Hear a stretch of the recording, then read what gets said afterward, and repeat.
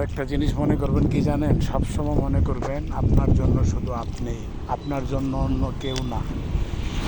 আর একজন আছে আপনার জন্য, তিনি হলেন সৃষ্টিকর্তা আল্লাহ। দুনিয়াতে সবাই আপনাকে ছেড়ে চলে যাবে, কিন্তু সৃষ্টিকর্তা কখনো আপনাকে ছেড়ে উনি দূরে থাকবেন না। আপনি যত উনার থেকে দূরে চলে যাবেন, উনি আপনার তত কাছে চলে আসবেন।